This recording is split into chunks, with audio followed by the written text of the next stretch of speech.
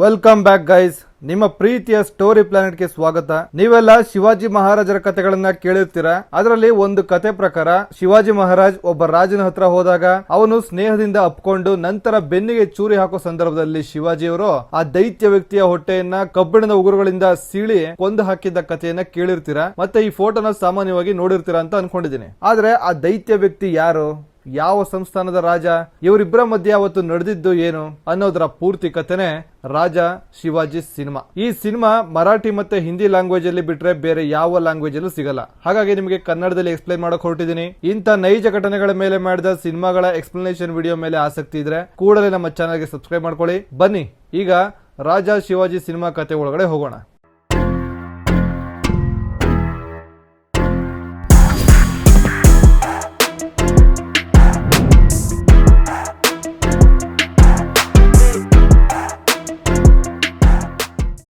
ಕ್ರಿಸ್ತಶಕ 1629. ಇದು ಸಿಂಧ್ ಪ್ರಾಂತ್ಯ.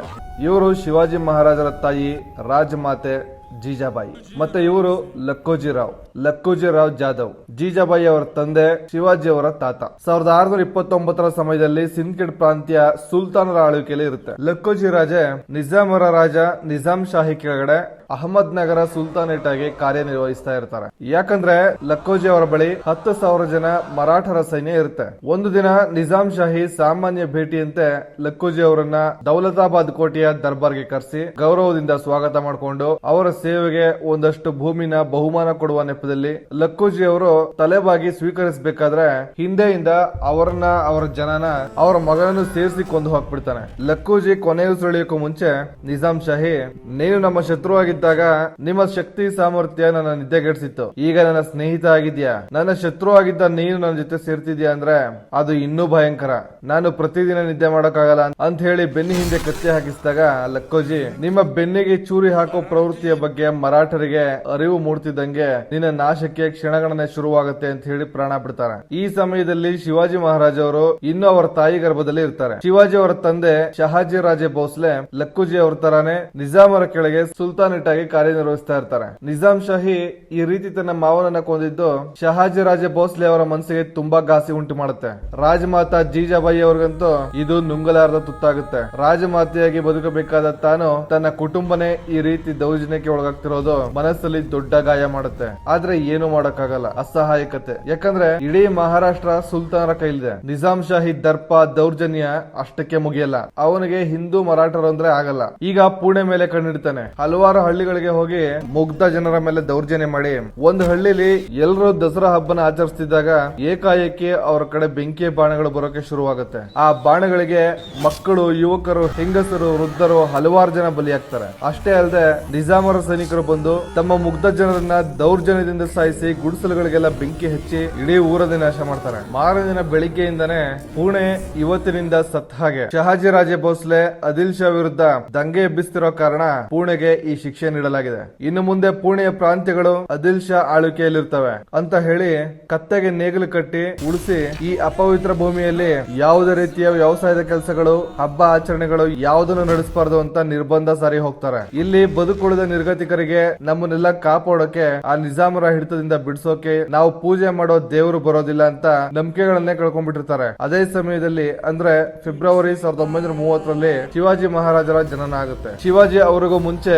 ಒಬ್ಬ ಅಣ್ಣ ಇರ್ತಾರೆ. ಅವರ ಹೆಸರು ಸಾಂಭಾಜಿ. ಚಿಕ್ಕವರಾಗಿದ್ದಾಗ ಒಂದು ಸಲ ಕೋಟೆ ಮೇಲೆ ನಿಂತ್ಕೊಂಡು ನೋಡ್ತಿರುವಾಗ ಈ ಬಾವುಟ ಯಾರ್ದು ಅಂತ ಅವರ ಅಣ್ಣ ಸಾಂಭಾಜಿ ಅವರನ್ನ ಕೇಳ್ತಾರೆ. ಸಾಂಭಾಜಿ ಅದು ಮೊಘಲರದು ಅಂತ ಹೇಳ್ತಾರೆ. ಮತ್ತೆ ಈ ಬಾವುಟ ಯಾವ್ದು ಅಂತ ಕೇಳಿದಾಗ ಅದು ಆದಿಲ್ ಶಾಹಿ ಬಾವುಟ ಅಂತಾರೆ. ಮತ್ತೊಂದು ದೊಡ್ಡ ಬಾವುಟದ ಬಗ್ಗೆ ಕೇಳಿದಾಗ ಅದು ನಿಜಾಂ ಶಾಹಿದು ಅಂತ ಹೇಳ್ತಾರೆ. ಆಗ ಶಿವಾಜಿ ಮತ್ತೆ ನಮ್ಮ ಬಾವುಟ ಎಲ್ಲಿದೆ ಅಂತ ಕೇಳ್ತಾರೆ. ಅದಕ್ಕೆ ಶಂಭು, ನಮ್ಮದು ಅಂತ ಬಾವುಟ ಇಲ್ಲ. ಈ 3 ಬಾವುಟಗಳು ನಮ್ಮ ಅಪ್ಪಾಜಿ ಜೊತೆ ಸಂದರ್ಭಕ್ಕನುಸಾರವಾಗಿ ಮೈತ್ರಿಯನ್ನ ಮಾಡ್ಕೊಂಡಿದ್ದಾರೆ. ಅಪ್ಪಾಜಿ ಮೊದಲು ಮೊಘಲರ ಜೊತೆ ಹೊಂದಾಣಿಕೆ ಮಾಡ್ಕೊಂಡಿದ್ರು, ನಂತರ ಆದಿಲ್ ಶಾಹಿ ಜೊತೆ, ಈಗ ನಿಜಾಮರ ಜೊತೆ ಮೈತ್ರಿ ಹೊಂದಾಣಿಕೆಯಲ್ಲಿದ್ದಾರೆ. ಶಿವಾಜಿ ಯಾರು ಆಜ್ಞೆಗಳನ್ನ ನೀಡ್ತಾರೋ ಅವರು ಈ ನೆಲವನ್ನ ಆಳ್ತಿದ್ದಾರೆ ಅಂತ ಹೇಳ್ತಾರೆ. ಆಗ ಶಿವಾಜಿ, ನಮ್ಮ ಸ್ವಂತ ಧ್ವಜ ಯಾಕೆ ಇಲ್ಲ ಅಂತ ಕೇಳ್ತಾರೆ. ಅದಕ್ಕೆ ಸಾಂಭಾಜಿ, ನಮ್ಮ ಸ್ವಂತ ಸ್ವಂತ ಧ್ವಜ ಇರ್ಬೇಕಂದ್ರೆ ನಾವು ಮೊದಲು ಸ್ವರಾಜ್ಯದ ಕನಸನ್ನ ನನಸು ಮಾಡ್ಬೇಕು ಅಂತ ಹೇಳ್ತಾರೆ. ಆಗ ಶಿವಾಜಿ ಹಾಗಿದ್ರೆ ಈ ಸ್ವರಾಜ್ಯ ಅಂದ್ರೆ ಏನು ಅಂತ ಕೇಳ್ತಾರೆ. ಈ ಕಡೆ ದೆಹಲಿಯಲ್ಲಿ ಶಹಜಹಾನ್ ತಾಜ್ ಮಹಲ್ ಕಾಮಗಾರಿ ಕಂಪ್ಲೀಟ್ ಮಾಡಿಸೋ ಚಿಂತನೆಯಲ್ಲಿ ಇರ್ತಾನೆ. ತಾಜ್ ಮಹಲ್ ಶಹಜಹಾನ್ ನ ಕನಸಿನ ಕಟ್ಟಡ ಆಗಿರುತ್ತೆ. ಅದ್ರ ಬಗ್ಗೆ ಚಿಂತಿಸಬೇಕಾದ್ರೆ ಮಂತ್ರಿ ಬಂದು, ನಾವು ಮಹುಳಿ ಕೋಟೆಯನ್ನ ವಶಕ್ಕೆ ಪಡೆದು 6 ತಿಂಗಳಾಗಿವೆ. ನಿಜಾಂ ಶಾಹಿಗೆ ಈಗ ಬೇರೆ ದಾರಿ ಇಲ್ಲ. ಶಹಾಜಿ ಭೋಸ್ಲೆಗೆ ದಂಗೆ ಹೇಳುವಂತ ಧೈರ್ಯ ಇದೆ, ಆದ್ರೆ ಮಾತುಕತೆಗೆ ಬರೋ ಶಕ್ತಿ ಇಲ್ಲ ಅಂತ ಹೇಳ್ತಾರೆ. ಆಗ ಶಹಜಹಾನ್, ಈ ದರಿದ್ರ ಶಹಾಜಿ ಭೋಸ್ಲೆ ಆ ನಿಜಾಂ ಶಾಹಿ ಜೊತೆ ಇಲ್ಲ ಅಂದಿದ್ರೆ ನಿಜಾಂ ಶಾಹಿನ ಯಾವತ್ತೋ ಮುಗಿಸ್ತಿದ್ದೆ. ಈ ಶಹಾಜಿಯಿಂದ ಇಷ್ಟು ತಡ ಆಗಿದೆ ಅಷ್ಟೇ. ಈಗ ನಿಜಾಂ ಶಾಹಿ ಜೊತೆ ಶಹಾಜಿನೂ ಕೂಡ ಮುಗಿಸ್ಬೇಕು ಅಂತ ಹೇಳ್ತಾನೆ. ಅಂದ್ರೆ ಶಿವಾಜಿ ಅವರ ತಾತ ಲಕ್ಕುಜಿ ಅವರನ್ನ ಕೊಂದ ನಿಜಾಂ ಶಾಹಿನ ಈಗಾಗಲೇ ಶಹಜಹಾನ್ ಸೋಲಿಸಿದಾನೆ. ಈ ಕಡೆ ಶಹಾಜಿ, ನಾನು ಗುಂಪು ಸೇರಿಸಿದ್ದ ಧೈರ್ಯವಂತರ ಸೈನ್ಯ ಬರಗಾಲದಿಂದ ತತ್ತರಿಸಿ ಹೋದ್ರು, ಇನ್ನೊಂದಷ್ಟು ಜನ ನಮ್ಮವರೇ ಮಾಡಿದ ಒಳಸಂಚುಗಳಿಂದಲೇ ನಮ್ಮಿಂದ ದೂರ ಆದ್ರು ಅಂತ ತಮ್ಮ ಹೆಂಡತಿ ಜೊತೆ ನೋವು ಹೇಳ್ಕೊಳ್ತಿರ್ತಾರೆ. ಆಗ ಡೆಕ್ಕನ್ ಪ್ರಾಂತ್ಯನ ಆದಿಲ್ ಶಾ ಆಳ್ತಿರ್ತಾನೆ. ಆದಿಲ್ ಶಾ ಅರಮನೆ ಬಿಜಾಪುರದಲ್ಲಿರುತ್ತೆ. ಈ ಟೈಮ್ ಅಲ್ಲಿ ಶಹಜಹಾನ್ ನಿಜಾಮುದ್ದೀನ್ ಮೇಲೆ ಅಟ್ಯಾಕ್ ಮಾಡೋ ಪ್ಲಾನ್ ಅಲ್ಲಿ ಇರ್ತಾನೆ. ಆದಿಲ್ ಶಾಗೆ ಅವನು ಭೂಪಟ ತೋರಿಸಿ, ಈಗ ಉತ್ತರದಲ್ಲಿ ಆದಿಲ್ ಶಾ, ದಕ್ಷಿಣದಲ್ಲಿ ಮೊಘಲ್ ಸಾಮ್ರಾಜ್ಯ ಇದೆ, ಇಬ್ಬರ ಮಧ್ಯೆ ನಿಜಾಂ ಶಾಹಿ ಇದ್ದಾನೆ. ಎಲ್ಲರೂ ನಿಜಾಂ ಶಾಹಿನ ಅಳಿಸಿ ಹಾಕಿದ ಮೇಲೆ ಮೊಘಲರು ಮತ್ತೆ ಆದಿಲ್ ಶಾ ನಡುವೆ ಯಾವುದೇ ಅಂತರ ಇರೋದಿಲ್ಲ. ಮೊಘಲರ ಸೈನ್ಯ ಹೆಬ್ಬಾವಿನಂತೆ ದಾರಿಯಲ್ಲಿ ಸಿಕ್ಕಿದ್ದನ್ನೆಲ್ಲ ನುಂಗಿಕೊಳ್ಳುವಷ್ಟು ದೊಡ್ಡದು. ಮೊಘಲರಿಗೆ ನಿಜಾಂ ಶಾಗಿಂತ ದೊಡ್ಡ ಸವಾಲಾಗಿರೋದು ಅವನ ಸರ್ದಾರ್ ಶಹಾಜಿ ರಾಜೆ ಭೋಸ್ಲೆ. ಮೊಘಲರಿಗಿಂತ ಮೊದಲು ಶಹಾಜಿ ರಾಜೆ ಜೊತೆ ನಾವು ಮೈತ್ರಿ ಮಾಡ್ಕೋಬೇಕು ಅಂತ ಹೇಳ್ತಾನೆ. ಅದನ್ನ ಕೇಳಿ ಆದಿಲ್ ಶಹಾಜಿಗೆ ಮೈತ್ರಿಯ ಸಂದೇಶವನ್ನ ಕಳಿಸ್ತಾನೆ. ಅದಕ್ಕೆ ಶಹಾಜಿ ರಾಜೆ, ನಾನು ಆದಿಲ್ ಶಾ ಕೆಳಗಡೆ ಸಾಮಂತನಾಗಿ ಇರೋದಕ್ಕೆ ಇಷ್ಟಪಡಲ್ಲ, ನನಗೆ ಈ ಮೈತ್ರಿ ಒಪ್ಪಿಗೆ ಇಲ್ಲ ಅಂತ ಉತ್ತರ ಕಳಿಸ್ತಾರೆ. ಆಗ ಆದಿಲ್ ಶಾ, ಸರಿ ಹಾಗಿದ್ರೆ ಸಾಮಂತನಾಗಿರೋದು ಬೇಡ, ಉತ್ತರಾಧಿಕಾರಿನೇ ಆಗ್ಲಿ ಅಂತ ಆಫರ್ ಮಾಡ್ತಾನೆ. ಅದಕ್ಕೆ ಶಹಾಜಿ ರಾಜೆ, ನಾನು ಈ ಮೈತ್ರಿಗೆ ಒಪ್ಕೊಳ್ತೀನಿ, ಆದ್ರೆ ನಮ್ಮ ಪೂರ್ವಜರ ಭೂಮಿಯಾದ ಪುಣೆಯನ್ನು ನಮಗೆ ಹಿಂದಿರುಗಿಸಿಕೊಡ್ಬೇಕು ಅಂತ ಕೇಳ್ತಾರೆ. ಆದಿಲ್ ಶಾ ಅದಕ್ಕೂ ಒಪ್ಕೊಂಡು ಶಹಾಜಿ ರಾಜೆ ಆದಿಲ್ ಶಾ ಜೊತೆ ಕೈ ಜೋಡಿಸ್ತಿರೋದ್ರ ಬಗ್ಗೆ ಶಹಜಹಾನ್ಗೆ ಸಂದೇಶ ಕಳಿಸ್ತಾನೆ. ಆದ್ರೆ ಶಹಜಹಾನ್, ನಿಜಾಂ ಶಾಹಿನ ದುರ್ಬಲಗೊಳಿಸೋದ್ರಲ್ಲಿ ಇಬ್ಬರ ಪಾಲು ಇದೆ, ಆದ್ರೆ ಬೇಟೆಯನ್ನ ಪೂರ್ತಿ ಆದಿಲ್ ಶಾ ಒಬ್ಬನೇ ಅನುಭವಿಸೋದಕ್ಕೆ ನಾನ್ ಬಿಡಲ್ಲ. ಹಾಗಾಗಿ ನಿಜಾಂ ಶಾಹಿ ಮತ್ತೆ ಶಹಾಜಿ ರಾಜೆ ಇಬ್ರನ್ನು ನಾನು ಮುಗಿಸ್ತೀನಿ ಅಂತ ಮತ್ತೆ ಆದಿಲ್ ಶಾಗೆ ಸಂದೇಶ ಕಳಿಸ್ತಾನೆ. ಆಗ ಆದಿಲ್ ಶಾ, ನೀವು ಶಹಾಜಿ ಮೇಲೆ ಹೋಗದೆ ನನ್ನ ಜೊತೆ ಅವರ ಮೈತ್ರಿ ಮುಂದುವರಿಸೋದಕ್ಕೆ ಅವಕಾಶ ಕೊಟ್ರೆ 50,000 ಚಿನ್ನದ ವರಹನ ಉಡುಗೊರೆಯಾಗಿ ಕೊಡ್ತೀನಿ ಅಂತ ಸಂದೇಶ ಕಳಿಸ್ತಾನೆ. ಅದಕ್ಕೆ ಶಹಜಹಾನ್, 50,000 ಚಿನ್ನದ ನಾಣ್ಯ ಅಲ್ಲ, 1 ಲಕ್ಷ ಬೇಕು, ಆದ್ರೆ ಶಹಾಜಿ ಜೊತೆ ಮೈತ್ರಿ ಇಟ್ಕೊಂಡ್ರು ಪುಣೆನ ಅವನಿಗೆ ಕೊಡೋ ಹಾಗಿಲ್ಲ ಅಂತ ಸಂದೇಶ ಕಳಿಸ್ತಾನೆ. ಅದಕ್ಕೆ ಶಹಾಜಿ, ಪುಣೆ ಕೊಡ್ಲಿಲ್ಲ ಅಂದ್ರೆ ನನಗೆ ಮೈತ್ರಿ ಬೇಡ ಅಂತ ತಿರಸ್ಕರಿಸ್ತಾರೆ. ಆಗ ಆದಿಲ್ ಶಾ, ನಾನು 1 ಲಕ್ಷ ನಾಣ್ಯ ಕೊಡೋಕೆ ಒಪ್ಪಿದ್ದೀನಿ, ಆದ್ರೆ ಶಹಾಜಿ ಪುಣೆಯನ್ನ ಇಟ್ಕೊಳ್ಳಿ ಮತ್ತೆ ಅವ್ರ ಜೊತೆ ನನ್ನ ಮೈತ್ರಿನ ಮುಂದುವರಲಿ ಅಂತ ಸಂದೇಶ ಕಳಿಸ್ತಾನೆ. ಅದಕ್ಕೆ ಶಹಜಹಾನ್, ನನಗೆ 5 ಲಕ್ಷ ಚಿನ್ನದ ನಾಣ್ಯ ಕೊಡು, ಶಹಾಜಿ ಪುಣೆಯನ್ನ ಇಟ್ಕೊಳ್ಳಿ, ನಿನ್ನ ಜೊತೆ ಮೈತ್ರಿಯನ್ನು ಇಟ್ಕೊಳ್ಳಿ, ಆದ್ರೆ ಶಹಾಜಿ ಪುಣೆಯಲ್ಲಿ ಇರೋ ಹಾಗಿಲ್ಲ ಅಂತ ಷರತ್ತು ಹಾಕಿ ಸಂದೇಶ ಕಳಿಸ್ತಾನೆ. 5 लाख मंजूर है. ಆಗಿನ ಕ್ಷಣಕ್ಕೆ ಶಹಜಹಾನ್ದು, ಮರಾಠರನ್ನ ಮುಂದೆ ನೋಡ್ಕೊಳ್ಳೋಣ, ಮೊದಲು ತಾಜ್ ಮಹಲ್ ಕೆಲಸ ಮುಗಿಲಿ, ಮರಾಠರನ್ನ ಸಹ್ಯಾದ್ರಿಯಿಂದ ಎಷ್ಟು ದೂರ ಇಡ್ತೀವೋ ಅಷ್ಟು ಒಳ್ಳೇದು ಅನ್ನೋ ಲೆಕ್ಕಾಚಾರ ಇದಾಗಿರುತ್ತೆ. ಈಗ ಶಹಾಜಿ ಪುಣೆನ ಬಿಟ್ಟು ತಮ್ಮ ಇಡೀ ಕುಟುಂಬ ಸೈನ್ಯವನ್ನ ಕರ್ಕೊಂಡು ಕರ್ನಾಟಕಕ್ಕೆ ಹೋಗ್ತಾರೆ. ನಿಮಗೆ ಸಿಂಪಲ್ ಆಗಿ ಹೇಳ್ಬೇಕಂದ್ರೆ, ಯಾರಿಗೆ ಜಾಸ್ತಿ ಸೈನ್ಯದ ಬಲ ಇರುತ್ತೋ ಅವ್ರಿಗೆ ಒಂದು ಬೆಲೆ ಅಂತ ಇರುತ್ತೆ. ಶಹಾಜಿ ಅವರ ಸೈನ್ಯ ಆದಿಲ್ ಶಾನ ಆಗಲಿ ನಿಜಾಂ ಶಾನ ಆಗಲಿ ಒಬ್ಬರೇ ಎದುರಿಸೋಕೆ ಆಗಲ್ಲ, ಯಾಕಂದ್ರೆ ಇವರ ಸೈನ್ಯದ ಪ್ರಮಾಣ ಚಿಕ್ಕದು. ಹಾಗಂತ ಶಹಾಜಿನ ಎದುರಾಕೊಂಡ್ರೆ ಆ ರಾಜರು ಯುದ್ಧದಲ್ಲಿ ಗೆಲ್ಲಬಹುದು, ಆದ್ರೆ ಅವರಿಗೂ ವಿಪರೀತ ನಷ್ಟ ಆಗುತ್ತೆ. ಸುಮ್ನೆ ಈ ಸೈನ್ಯದ ನಷ್ಟ ಎಲ್ಲ ಯಾಕೆ ಮಾಡ್ಕೋಬೇಕು ಅಂತ ಈ ರೀತಿ ನೆಗೋಷಿಯೇಟ್ ಮಾಡ್ತಾರೆ. ಆದ್ರೆ ಈ ನೆಗೋಷಿಯೇಷನ್ ಅಲ್ಲಿ ಶಹಾಜಿ ರಾಜೆ ಪುಣೆ ಬಿಟ್ಟು ಕರ್ನಾಟಕದ ಕಂಪಳಿಗೆ ಬರುವ ಅನಿವಾರ್ಯ ಎದುರಾಗುತ್ತೆ. ಕರ್ನಾಟಕದಲ್ಲಿ ಅಣ್ಣ ಸಾಂಬಾಜಿ ಜೊತೆ ಬಾಲ್ಯದಲ್ಲಿ ಶಿವಾಜಿ ಅವರ ಯುದ್ಧಾಭ್ಯಾಸ ನಡೆಯುತ್ತೆ. ಹೀಗೆ ಒಂದು ದಿನ ಅಣ್ಣ ತಮ್ಮ ಇಬ್ಬರು ಕುಸ್ತಿ ಪಂದ್ಯ ಆಡ್ಬೇಕಾದ್ರೆ ಆದಿಲ್ ಶಾ ಸರ್ದಾರ್ ಫರಿಯಾದ್ ಖಾನ್ ಅಂತ ಒಬ್ಬ ಬರ್ತಾನೆ. ಜೊತೆಲಿ ಒಂದಷ್ಟು ಸೈನಿಕರನ್ನ ಕರ್ಕೊಂಡು ಬಂದಿರ್ತಾನೆ. ಹೇಳ್ದೆ ಕೇಳದೆ ಒಳಗಡೆ ಬಂದಿದ್ದು ಅಲ್ಲದೆ ಏಕವಚನದಲ್ಲಿ ಶಹಾಜಿಗೆ ಒಂದು ಸಂದೇಶ ತಂದಿದ್ದೀನಿ ಅಂತಾನೆ. ತಕ್ಷಣ ಕೋಪಗೊಂಡ ಸಾಂಬಾಜಿ ಅವನ ಕಡೆ ಈಟಿ ಬಿಟ್ಟು, ಶಹಾಜಿ ಅಲ್ಲ ಶಹಾಜಿ ರಾಜೆ ಅಂತ ಕರಿ, ಜಾಸ್ತಿ ನಾಲ್ಗೆ ಹರಿಬಿಟ್ರೆ ನನ್ನ ಈಟಿಯಿಂದ ಸೀಳಬೇಕಾಗತ್ತೆ ಅಂತ ಕೂಗಾಡ್ತಾರೆ. ಸಾಂಬಾಜಿಯ ಈ ರೋಷ ನೋಡಿ ಫರಿಯಾದ್ ಖಾನ್, ಈ ಆವೇಶನ ಯುದ್ಧ ಭೂಮಿಯಲ್ಲಿ ತೋರಿಸಿದ್ರೆ ನಾನ್ ನಿನಗೆ ಬೇರೆ ತರನೇ ಉತ್ತರ ಕೊಡ್ತಿದ್ದೆ ಅಂತಾನೆ. ಅದಕ್ಕೆ ಸಾಂಬಾಜಿ, ಹಾಗಿದ್ರೆ ಇದನ್ನೇ ಯುದ್ಧ ಭೂಮಿ ಅನ್ಕೋ ಅಂತ ಹೇಳಿ ಇನ್ನೊಂದು ಈಟಿನ ಬಿಡಕ್ಕೆ ಹೋದಾಗ ತಂದೆ ಶಹಾಜಿ ರಾಜೆ ಬಂದು ತಡಿತಾರೆ. ಆಗ ಫರಿಯಾದ್ ಖಾನ್, ಶಹಾಜಿ ರಾಜೆ, ನಿಮಗೆ ಬಿಜಾಪುರ್ ಆಸ್ಥಾನದಿಂದ ಒಂದು ಸಂದೇಶ ಇದೆ, ನೀವು ಈ ಕೂಡಲೇ ಕರ್ನಾಟಕ ಬಿಟ್ಟು ಹೋಗ್ಬೇಕು ಅಂತ ಹೇಳ್ತಾನೆ. ಆಗ ಶಹಾಜಿ, ಇದು ಸಂದೇಶದ ತರ ಕಾಣಿಸ್ತಿಲ್ಲ, ಆಕ್ರಮಣದ ರೀತಿ ಕಾಣ್ತಿದ್ಯಲ್ಲ ಅಂತಾರೆ. ಆಗ ಫರಿಯಾದ್ ಖಾನ್, ನಾನು ಸಂದೇಶ ರವಾನೆ ಮಾಡುವ ರೀತಿ ಹೀಗೆ ಇರುತ್ತೆ, ಎಷ್ಟೇ ಆದ್ರೂ ನಾನೊಬ್ಬ ರಾಜನ ಆಜ್ಞೆಯ ಪಾಲಕ ಅಷ್ಟೇ. ನೀವು ಕರ್ನಾಟಕ ಬಿಡಬೇಕು ಅಂತ ಆದೇಶ ಇದೆ, ಆದಿಲ್ ಶಾ ಅವರು ಆಸ್ಥಾನದಲ್ಲಿ ನಿಮಗೋಸ್ಕರ ಕಾಯ್ತಾ ಇದ್ದಾರೆ ಅಂತ ಹೇಳ್ತಾನೆ. ಅದಕ್ಕೆ ಶಹಾಜಿ, ನಾನು ಇದಕ್ಕೆ ಉತ್ತರ ಕಳಿಸ್ತೀನಿ, ನೀನು ಹೊರಡಬಹುದು ಅಂತ ಹೇಳ್ತಾರೆ. ಆಗ ಫರಿಯಾದ್ ಖಾನ್, ನಿಮ್ಗೆ ಇನ್ನೂ ಅರ್ಥ ಆಗಿಲ್ಲ ಅನ್ಸುತ್ತೆ ರಾಜ, ಈ ಕೋಟೆ ಈ ಜಾಗ ಯಾವ್ದು ನಿಮ್ಮ ತೆಕ್ಕೆಯಲ್ಲಿ ಇಲ್ಲ, ನಾನ್ ಬಂದಿರೋದು ನಿಮ್ಮನ್ನ ನಮ್ ಜೊತೆ ಕರ್ಕೊಂಡು ಹೋಗೋಕೆ, ನೀವು ಬಿಜಾಪುರ ಆಸ್ಥಾನಕ್ಕೆ ಬರ್ಲೇಬೇಕು ಅಂತ ಹೇಳ್ತಾನೆ. ಆಗ ಶಹಾಜಿ, ಈ ಆದೇಶ ಆದಿಲ್ ಶಾದೇ ಇರಬಹುದು, ಆದ್ರೆ ಈ ಮಾತುಗಳು ಬೇರೆಯವರ ರೀತಿ ಇದೆಯಲ್ಲ ಅಂತ ಕೇಳ್ತಾರೆ. ಆಗ ಫರಿಯಾದ್ ಖಾನ್ ಸುಬೇದಾರ್ ಅಫ್ಜಲ್ ಖಾನ್ ಮೊಹಮ್ಮದ್ ಶಾ ಅವರದ್ದು ಅಂತ ಹೇಳ್ತಾನೆ. ಇವನೇ ಆ ಅಫ್ಜಲ್ ಖಾನ್, ಆದಿಲ್ ಶಾ ಕೆಳಗಡೆ ಬರೋ ಜನರಲ್. ಇವನಂತೂ ವಿಪರೀತ ಕ್ರೂರಿ, ತುಂಬಾ ದೈತ್ಯ ವ್ಯಕ್ತಿ, ಎತ್ತರವಾಗಿರ್ತಾನೆ. ಇವನ ಕೈಯಿಂದಲೇ ಪಳಗಿರೋ ಒಂದು ಬಲಿಷ್ಠವಾದ ಆನೆನ ಸಾಕಿರ್ತಾನೆ. ಆ ಆನೆ ಅಫ್ಜಲ್ ಖಾನ್ ಏನ್ ಸೂಚನೆ ಕೊಡ್ತಾನೋ ಅದನ್ನ ಪಾಲಿಸುತ್ತೆ. ಒಂದು ಸಲ ಒಬ್ಬ ರಾಜ ಅಫ್ಜಲ್ ಖಾನ್ ಆಮಂತ್ರಣ ಕೊಟ್ಟದಕ್ಕೆ ಬರದೆ, ನಾನು ನನ್ನ ಸಮಕ್ಕೆ ಇರೋ ರಾಜರ ಜೊತೆ ಮಾತ್ರ ಮಾತುಕತೆಗೆ ಬರೋದು, ರಾಜರ ಸೇವಕ ಕರೆದ್ರೆ ಅಲ್ಲ ಅಂತ ಹೇಳೋದಕ್ಕೆ ರಾಜ ಮತ್ತೆ ಅವರ ಇಡೀ ಕುಟುಂಬನ ಸೆರೆ ಹಿಡಿದು ಅವರ ಕುಟುಂಬನ ಒಂದು ಮಂಟಪದ ಕೆಳಗಡೆ ನಿಲ್ಲಿಸಿ ರಾಜನ್ನ ಮಂಡಿಯೂರಿ ಕೂರಿಸ್ತಾನೆ. ಮಂಡಿ ಊರಿ ಕೂರಿದ ರಾಜ ಭಯದಲ್ಲಿ, ನಾನು ಈಗ ಮಾತುಕತೆಗೆ ಸಿದ್ಧ ಇದ್ದೀನಿ, ತಪ್ಪಾಯ್ತು ಅಂತ ಹೇಳಿದ್ರೆ ಅಫ್ಜಲ್ ಖಾನ್ ಮಂಡಿಯೂರಿ ಕೂತವನಿಗೆ ಕರುಣೆಗೆ ಭಿಕ್ಷೆ ಬೇಡೋ ಅರ್ಹತೆ ಅಷ್ಟೇ ಇರೋದು, ಮಾತುಕತೆಗೆ ಅಲ್ಲ ಅಂತ ಹೇಳಿ ಆ ರಾಜನ ಮಗನನ್ನ ಎತ್ಕೊಂಡು, ನಿನಗೆ ಆನೆ ಅಂದ್ರೆ ಇಷ್ಟನಾ ಅಂತ ಕೇಳ್ತಾನೆ. ಆ ಹುಡುಗ, ನಮ್ಮ ಅಪ್ಪ ಅಮ್ಮನ ಬಿಟ್ಬಿಡು ಅಂತ ಕೇಳ್ತಾನೆ. ಅದಕ್ಕೆ ಅಫ್ಜಲ್, ಉತ್ತರ ಕೊಡು, ನಿನಗೆ ಆನೆ ಅಂದ್ರೆ ಇಷ್ಟನಾ ಅಂತ ಕೇಳಿದಾಗ, ನನಗೆ ಆನೆ ಅಲ್ಲ ಸಿಂಹ ಇಷ್ಟ, ಯಾಕಂದ್ರೆ ಸಿಂಹ ಕಾಡಿನ ರಾಜ, ಸಿಂಹ ಯಾರಿಗೂ ಎದುರೋದಿಲ್ಲ ಅಂತ ಹೇಳ್ತಾನೆ. ಅದಕ್ಕೆ ಅಫ್ಜಲ್, ತಪ್ಪು, ಸಿಂಹ ಆನೆಗೆ ಭಯ ಪಡುತ್ತೆ, ಯಾಕಂದ್ರೆ ಆನೆಗೆ ಅದರ ಬಲದ ಬಗ್ಗೆ ಗೊತ್ತು, ಆದ್ರೆ ಸಿಂಹಕ್ಕೆ ಅದರ ಮಿತಿ ಎಷ್ಟು ಅಂತಾನೂ ಗೊತ್ತು. ಆದ್ರೆ ಇಲ್ಲಿ ಸಿಂಹನ ಗೆಲ್ಸೋದು ಅದರ ಆತ್ಮವಿಶ್ವಾಸ, ನಿರ್ಭೀತಿ. ನಿಮ್ಮ ಅಪ್ಪನಿಗೆ ನಿಮ್ಮನ್ನ ಯಾರನ್ನು ಕಾಪಾಡ್ಕೊಳಕ್ಕೆ ಆಗ್ಲಿಲ್ಲ, ನಿನ್ನಿಂದ ನಿಮ್ಮ ಅಪ್ಪನ ಕಾಪಾಡ್ಕೊಳಕ್ಕೆ ಆಗೋತ್ತಾ ನೋಡೋಣ. ನನ್ನ ಆನೆ ಎದುರುಗಡೆ ಇರೋ ಆನೆನ ತಲುಪೋ ಅಷ್ಟರಲ್ಲಿ ನೀನು ನಿಮ್ಮ ಅಪ್ಪ ಅಮ್ಮನ ತಲುಪಿದ್ರೆ ನಿಮ್ಮೆಲ್ಲರನ್ನ ಬಿಟ್ಬಿಡ್ತೀನಿ, ಓಡು ಅಂತ ಕಳಿಸ್ತಾನೆ. ಆದ್ರೆ ಈ ಆನೆ ಓಡೋಕ್ಕೂ ಮುಂಚೆ ಅದಕ್ಕೆ ಸರಪಳಿಯನ್ನ ಹಾಕಿಸ್ತಾನೆ. ಈ ಮಂಟಪದ ಕಂಬಗಳಿಗೆ ಸರಪಳಿಗಳನ್ನ ಕಟ್ಟಿರ್ತಾನೆ. ಈ ಹುಡುಗ ಏನೋ ಆ ಆನೆ ಇನ್ನೊಂದು ಆನೆನ ತಲುಪೋಕ್ಕೂ ಮುಂಚೆ ಹೋಗಿ ತನ್ನ ತಂದೆ ತಾಯಿನ ಅಪ್ಕೊಳ್ತಾನೆ. ಆದ್ರೆ ಯಾವಾಗ ಆನೆ ಬಲವಾಗಿ ಸರಪಳಿನ ಎಳೆಯುತ್ತೋ ಆಗ ಆ ಮಂಟಪ ಗೋಪುರದ ಸಮೇತ ಕುಸಿದು ಬಿದ್ದು ಆ ರಾಜನ ಇಡೀ ವಂಶನೇ ನಿರ್ವಂಶ ಆಗುತ್ತೆ. ಈ ಘಟನೆ ನಡೆದ ಮೇಲೆ ಅಫ್ಜಲ್ ಖಾನ್, ಸಿಂಹ ಇದೇ ಕಾರಣಕ್ಕೆ ಕಾಡಿನ ರಾಜ ಆಗಿರೋದು, ಎಲ್ಲಿವರೆಗೂ ಆನೆ ತನ್ನನ್ನ ತಾನು ರಾಜ ಅಂತ ಕರ್ಕೊಳ್ಳಲ್ವೋ ಅಲ್ಲಿವರೆಗೂ. ಈ ಆನೆನ ಗೆಲ್ಲಬಹುದು ಅಂತ ಎಷ್ಟೇ ಧೈರ್ಯವಂತ ಸಿಂಹಗಳು ನನ್ನ ಎದುರುಗಡೆ ಬಂದ್ರು, ಗೆಲ್ಲೋದು ಈ ಆನೆನೆ ಅಂತ ಅವನ ಹೆಸರನ್ನ ಕೂಗ್ತಾನೆ. ಈಗ ಈ ಕ್ರೂರಿ ಅಫ್ಜಲ್ನ ಶಹಾಜಿ ಎದುರಿಸಬೇಕಾಗೋ ಸಂದರ್ಭ ಬಂದಿದೆ. ಅವನ ಬಗ್ಗೆ ಗೊತ್ತಿದ್ದೆ ಆದಿಲ್ ಶಾ ಆದೇಶದಂತೆ ಕರ್ನಾಟಕನ ಬಿಟ್ಟು ತನ್ನ ಹೆಂಡತಿ ಜೀಜಾಬಾಯಿ ಹತ್ರ, ನಿನ್ನ ಹೀಗೆ ಊರಿಂದ ಊರಿಗೆ ಅಲಿಸ್ತಿರುವುದನ್ನ ಕ್ಷಮಿಸು, ನಾವು ಗಳಿಸಿದ ನೆಲೆಯನ್ನ ಕಿತ್ಕೊಂಡ್ಬಿಟ್ರು, ಕನಿಷ್ಠ ಪಕ್ಷ ನಮ್ಮ ಪೂರ್ವಜರ ಸ್ವತ್ತಾದ ಪೂರ್ಣಿನ ಉಳಿಸ್ಕೊಳ್ಳೋಣ ಅಂತ ಕ್ಷಮೆ ಕೇಳ್ತಾರೆ. ಆಗ ಜೀಜಾಬಾಯಿ, ಹೊರಗಡೆಯಿಂದ ಬಂದವರ ಆಕ್ರಮಣಕ್ಕೆ ನಮ್ಮ ತಲೆಮಾರುಗಳು ನಲಿಗೆ ಹೋಗಿವೆ, ನಮ್ಮ ಮುಂದಿನ ತಲೆಮಾರು ಹಾಗಾಗ್ಬಾರ್ದು. ನಾನ್ ನಿರ್ಧಾರ ಮಾಡಿದ್ದೀನಿ, ನಾನು ಪೂರ್ಣಿಗೆ ತಲುಪಿದ ಮೇಲೆ ನನ್ನ ಇಬ್ಬರು ಮಕ್ಕಳನ್ನ ನಮ್ಮ ಹಕ್ಕುಗಳಿಗೆ ಹೋರಾಡುವಂತ ಹೋರಾಟಗಾರರನ್ನಾಗಿ ಬೆಳೆಸ್ತೀನಿ ಅಂತ ಹೇಳ್ತಾರೆ. ಆಗ ಶಹಾಜಿ, ಇಬ್ಬರು ಮಕ್ಕಳು ಅಲ್ಲ, ಶಂಭು ಅಂದ್ರೆ ಸಾಂಬಾಜಿ ನನ್ನ ಹತ್ರನೇ ಇರ್ತಾನೆ, ಪೂಣೆಗೆ ಶಿವಾಜಿನ ಉತ್ತರಾಧಿಕಾರಿ ಮಾಡ್ಬೇಕು ಅಂತ ನಿರ್ಧಾರ ಮಾಡಿದ್ದೀನಿ, ಹಾಗಾಗಿ ನಿನ್ ಜೊತೆ ಶಿವಾಜಿನ ಮಾತ್ರ ಕಳಿಸ್ತೀನಿ ಅಂತ ಹೇಳ್ತಾರೆ. ಜೊತೆಗೆ ಆದಷ್ಟು ಶಿವಾಜಿನ ಆದಿಲ್ ಶಾ ಕಣ್ಣುಗಳಿಂದ ದೂರ ಇಡು, ನಾನು ಶಂಭು ಇಲ್ಲೇ ಇರ್ತೀವಿ ಅಂತ ಹೇಳ್ತಾರೆ. ಈ ವಯಸ್ಸಲ್ಲಿ ಇದು ಯಾವುದನ್ನು ಅರಿಯದ ಶಿವಾಜಿ ತನ್ನ ಅಣ್ಣನನ್ನ ನಾವಿಬ್ರು ಯಾಕೆ ದೂರ ಆಗ್ಬೇಕು ಅಂತ ಬೇಜಾರಲ್ಲಿ ಕೇಳಿದಾಗ, ಶಂಭು ಕೆಲವು ಸಲ ಒಂದು ತಲೆಮಾರು ಮುಂದಿನ ತಲೆಮಾರುಗಳಿಗೋಸ್ಕರ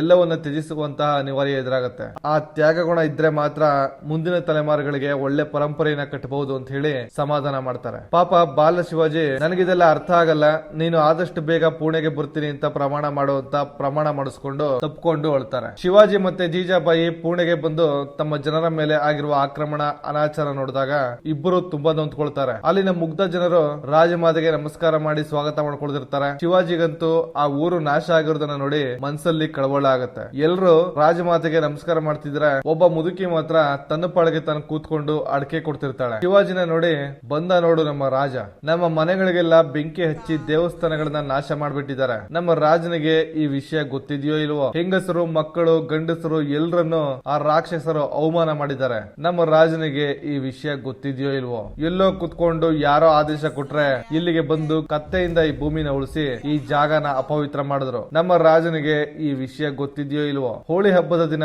ನಮ್ಮ ಮಕ್ಕಳ ಮಾರಣ ಹೋಮನೆ ನಡೀತು, ನಮ್ಮ ರಾಜನಿಗೆ ಈ ವಿಷಯ ಗೊತ್ತಿದೆಯೋ ಇಲ್ವೋ ಅಂತ ವ್ಯಂಗ್ಯವಾಗಿ ನೋವಲ್ಲಿ ಮಾತಾಡಿದಾಗ ಇಲ್ಲಿ ಏನೆಲ್ಲ ಆಗಿದೆ ಅನ್ನೋದ್ರ ಬಗ್ಗೆ ಶಿವಾಜಿಗೆ ಅರಿವಾಗುತ್ತೆ. ಈಗ ಅಜ್ಜಿ, ಯಾರು ನಮ್ಮ ಮೊದಲನೇ ಜೀವನವನ್ನ ಹಿಂದಿರುಗಿಸಿ ಕೊಡ್ತಾನೋ ಅವನು ನಮ್ಮ ರಾಜ, ಯಾರು ಹೆಣ್ಣು ಮಕ್ಕಳ ಶೀಲವನ್ನ ಕಾಪಾಡಿಕೊಳ್ತಾನೋ ಅವನು ರಾಜ, ಇವನು ನಮ್ಮ ರಾಜ ಅಲ್ಲ ಅಂದ್ಬಿಡ್ತಾಳೆ. ಈ ಅಜ್ಜಿಯ ಮಾತುಗಳು ಶಿವಾಜಿಯ ಮನಸ್ಸಿನ ಮೇಲೆ ತುಂಬಾ ಪ್ರಭಾವ ಬೀರುತ್ತೆ. ನಿಧಾನವಾಗಿ ಎಲ್ಲ ಅರ್ಥ ಆಗೋಕೆ ಶುರುವಾಗುತ್ತೆ. ಮಾರನೇ ದಿನನೇ ಎತ್ತುಗಳಿಂದ ಆ ನೆಲನ ಉಳಿಸಿ ಆದಿಲ್ ಶಾ ಕಡೆಯವನು ನೆಟ್ಟು ಹೋಗಿದ್ದ ತಲೆಬುರುಡೆನ ಹೊಡ್ತಾರೆ.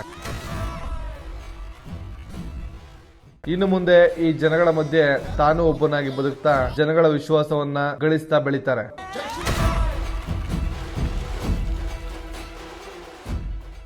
ಒಂದು ದಿನ ಒಬ್ಬ ಬಡ ವ್ಯಕ್ತಿ ಜೀಜಾಬಾಯಿ ಅವರ ಹತ್ರ ಬಂದು ನ್ಯಾಯಕ್ಕೆ ಸೇರಿಸಿ, ಬಾಲಾಜಿ ಪಾಟೀಲ್ ನನ್ನ ಮಗಳ ಮೇಲೆ ಅತ್ಯಾಚಾರ ಮಾಡ್ಬಿಟ್ಟ, ಅವಮಾನ ಸಹಿಸೋಕಾಗದೆ ಅವಳು ಆತ್ಮಹತ್ಯೆ ಮಾಡ್ಕೊಂಡ್ಬಿಟ್ಲು ಅಂತ ತನ್ನ ನೋವನ್ನ ತೋಡ್ಕೊಂಡಾಗ ಜೀಜಾಬಾಯಿ ಇದ್ರ ಬಗ್ಗೆ ಆ ಪಾಟೀಲ್ ನ ಕೇಳ್ತಾರೆ. ಆಗ ಅವನು ಮರ್ಯಾದೆ ಇಲ್ದೆ, ಇದನ್ನೆಲ್ಲ ಕೇಳೋಕೆ ನೀನ್ ಯಾರು? ನೀವೆಲ್ಲ ಅದಿಲ್ ಶಾ ಕೆಳಗಡೆ ಇರೋರು, ನಾನು ಕೂಡ ಅದಿಲ್ ಶಾ ಕಡೆಯವರು ಮಾಡಿರೋ ಕೆಲ್ಸನೇ ನಾನು ಮಾಡಿರೋದು ಜೀಜಾಬಾಯಿ ಅಂತ ಹೆಸರಿಡಿದು ಎಲ್ರು ಮನೆಗ್ ಕಳಿಸು, ಇದೆಲ್ಲ ನನ್ನ ಹತ್ರ ಇಟ್ಕೋಬೇಡ ಅಂತ ಕೈ ತೋರಿಸಿ ಮಾತಾಡ್ತಿರುವಾಗ್ಲೇ ಶಿವಾಜಿ ಅವನ ಕೈಯನ್ನೇ ಕತ್ತರಿಸ್ಬಿಡ್ತಾರೆ.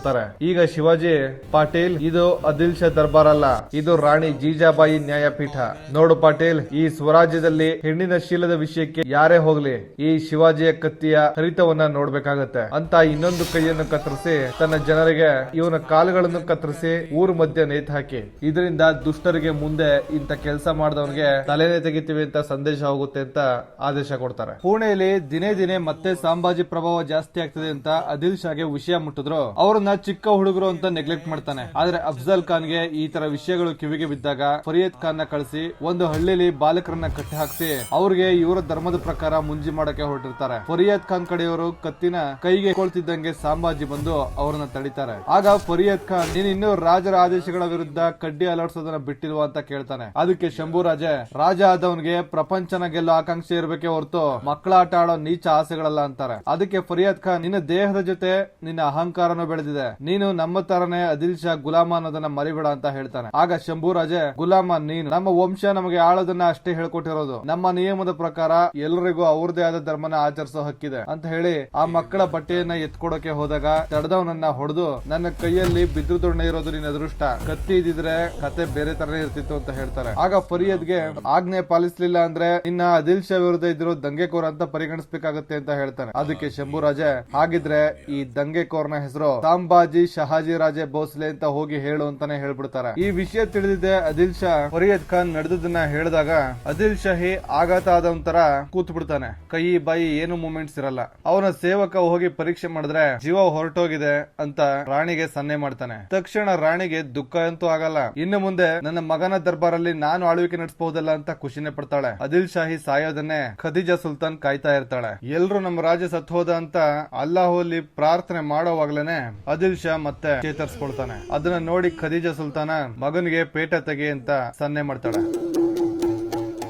ಒಬ್ಬ ಸೇನಾ ನಾಯಕ ಮುಂದೆ ಬಂದು, ಶಿವಾಜಿ ಪುರಂದರ್ ಕೋಟೆ, ಕೊಂಡಾನ ಕೋಟೆ ಎಲ್ಲವನ್ನ ತನ್ನ ವಶಪಡಿಸ್ಕೊಂಡ್ ಬಿಟ್ಟಿದ್ದಾನೆ ಅಂತ ಹೇಳಿದಾಗ ಹುಜೂರ್ ಸುಮ್ನೆ ಇರ್ತಾನೆ. ಆದ್ರೆ ಖದೀಜಾ, ನಮ್ಮ ಹುಜೂರ್ಗೆ ಅದ್ರ ಬಗ್ಗೆ ಚಿಂತೆ ಇಲ್ಲ, ಅವನು ಇನ್ನು ಚಿಕ್ಕ ಹುಡುಗ ಅಂತ ತಾತ್ಸಾರ ಮಾಡ್ತಾರೆ. ಪುರಂದರ್ ಕೊಂಡಾನ ಕೋಟೆ ತರ ಇನ್ನೊಂದಷ್ಟು ಕೋಟೆಗಳನ್ನ ವಶ ಮಾಡ್ಕೊಂಡ್ಮೇಲೆ ಬಹುಶಃ ಅದರ ಗಾಂಭೀರ್ಯತೆ ಅರ್ಥ ಆಗ್ಬಹುದು ಅಂತ ಕಾಲೆಳಿತಾಳೆ. ತಕ್ಷಣ ಅದಿಲ್ ಶಾ, ಶಿವಾಜಿ ಸಾಂಬಾಜಿ ಇಬ್ರು ಇರಬಾರ್ದು, ಇನ್ನು ಮುಂದೆ ಸ್ವರಾಜ್ಯ ಅನ್ನೋ ಸ್ವರಾನೇ ನನ್ನ ಕಿವಿಗೆ ಬೀಳಬಾರ್ದು ಅಂತ ಆಜ್ಞೆ ಮಾಡಿ ಫರಿಯದ್ ಖಾನ್ ನ ಕಳಿಸ್ತಾನೆ. ಈಗ ಪುರಂದರ್ ಕೋಟೆಗೆ ಅದಿಲ್ ಶಾ ಕಡೆಯವರು ಲಗ್ಗೆ ಇಡ್ತಾರೆ. ಆ ಟೈಮ್ ಅಲ್ಲಿ ಶಿವಾಜಿ ಶಿವಲಿಂಗನ ಪೂಜೆ ಮಾಡ್ತಿರ್ತಾರೆ. ಇವರು ಅಲ್ಲಿದ್ದ ಕೇಸರಿ ಧ್ವಜನ ಬೀಳಿಸಿ ಬಾಗಿಲು ಹೊಡೆದು ಕೋಟೆ ಒಳಗಡೆ ನುಗ್ಗೋಕೆ ನೋಡ್ತಿರ್ತಾರೆ.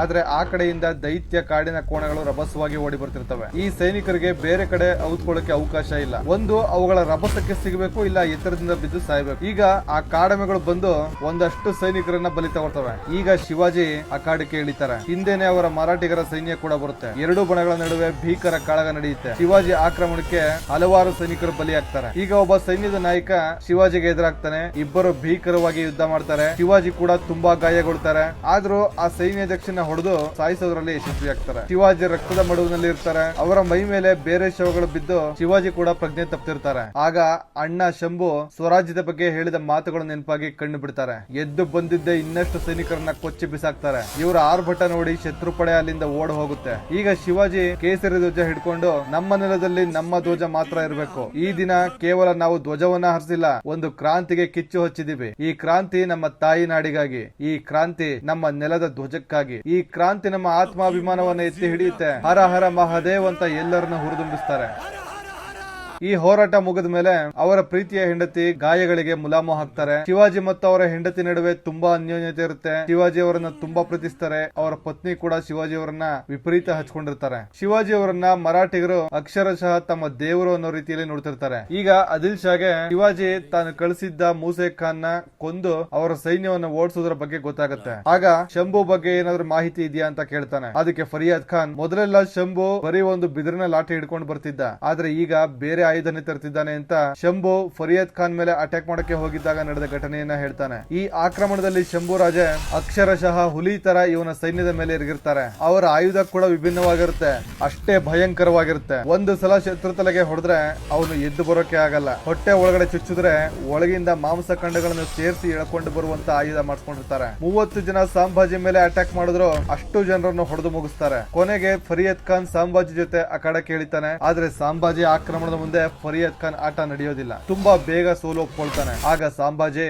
ಹುಲಿನ ಬೇಟೆ ಆಡೋಕೆ ನಾಯಿಗಳನ್ನ ಕಳಿಸಿದ್ದಾರೆ ಅನ್ಕೊಂಡು ಅಲ್ಲಿಂದ ಹೋಗ್ತಾರೆ. ಒಟ್ನಲ್ಲಿ ಶಹಾಜಿ ಅವರ ಇಬ್ಬರ ಮಕ್ಕಳು ಬಿಜಾಪುರ್ ಸುಲ್ತಾನನ ನಿದ್ದೆಗೆಡಿಸಿರ್ತಾರೆ. ಆದ್ರೆ ಈ ದೈತ್ಯ ಅಫ್ಜಲ್ ಖಾನ್ ಶಹಾಜಿನ ಬಂಧಿಸಿ ಕರ್ಕೊಂಡು ಬಂದು ಆದಿಲ್ ಶಾ ಮುಂದೆ ಒಪ್ಪಿಸ್ತಾನೆ. ಆಗ ಆದಿಲ್ ಶಾ ಖುಷಿಯಾಗಿ ಕಾಡಾನೆ ಹಿಡಿಯೋದು ಅಂದ್ರೆ ಅಫ್ಜಲ್ಗೆ ಮಕ್ಕಳ ಆಟ ಇದ್ದ ಹಾಗೆ ಅಂತ ಅಭಿನಂದಿಸ್ತಾನೆ. ಆಗ ಶಹಾಜಿ, ಆದಿಲ್ ಶಾ ಅವರ ಇಂಥ ನಿರ್ಧಾರ ನನಗೇನು ಆಶ್ಚರ್ಯ ಆಗಲ್ಲ. ಮೊಘಲರು, ನಿಜಾಮರು ಮತ್ತೆ ಆದಿಲ್ ಶಾ ಈ ಎಲ್ಲರಿಗೂ ನಿಷ್ಠೆಯಿಂದ ಇದ್ದವ್ರನ್ನ ಅವಮಾನ ಮಾಡೋದು ಹವ್ಯಾಸ ಆಗ್ಬಿಟ್ಟಿದೆ ಅಂತ ಹೇಳ್ತಾರೆ. ಅದಕ್ಕೆ ಆದಿಲ್ ಶಾ, ದಂಗೆಕೋರರ ಮೂಲ ಪುರುಷ ನೀನು, ನನ್ನ ಹತ್ರ ನಿಷ್ಠೆ ಬಗ್ಗೆ ಮಾತಾಡ್ತಾ ಇದ್ದಾನೆ. ನೀನು ನನ್ನ ಕಮಾಂಡರ್ ಆಗಿ ಇದ್ಕೊಂಡು ಎಷ್ಟು ಜನ ದಂಗೆಕೋರನ್ನ ಮಟ್ಟೆ ಹಾಕಿದ್ಯಾ ಹೇಳು ಅಂತ ಕೇಳಿದಾಗ, ನನ್ನ ಇಬ್ಬರು ಮಕ್ಕಳಾದ ಶಂಭು ಮತ್ತೆ ಶಿವಾಜಿನ ತಡೆಯೋದಕ್ಕೆ ಎಷ್ಟು ಜನ ಬಂದಿದ್ರು ಅಂತ ನನಗೂ ಮಾಹಿತಿ ಇದೆ. ಆದಿಲ್ ಶಾಹಿಗೆ ನನ್ನ ನಿಷ್ಠೆ ಈಗಲೂ ಇದೆ ಅಂತ ಹೇಳ್ತಾರೆ. ಆಗ ಆದಿಲ್ ಶಾ ಈ ನಿಷ್ಠಾವಂತ ಕೈಗೊಂಬೆನ ಕರ್ಕೊಂಡು ಹೋಗಿ ಸೆರೆಮನೆಯಲ್ಲಿ ಹಾಕಿ ಅಂತ ಆದೇಶ ಕೊಡ್ತಾನೆ. ಶಹಾಜಿನ ಬಂಧಿಸಿದ ಮೇಲೆ ಮರಾಠಿಗರಲ್ಲಿ ಚಿಂತೆ ಮನೆ ಮಾಡುತ್ತೆ. ಪರಿಸ್ಥಿತಿ ಹೀಗಾದಾಗ ಶಿವಾಜಿ ಮತ್ತೆ ಶಂಭೂಜಿ ಇಬ್ಬರು ಒಂದು ಕಡೆ ಭೇಟಿ ಆಗ್ತಾರೆ. ತುಂಬಾ ದಿನಗಳ ಮೇಲೆ ಭೇಟಿ ಮಾಡೋದಕ್ಕೆ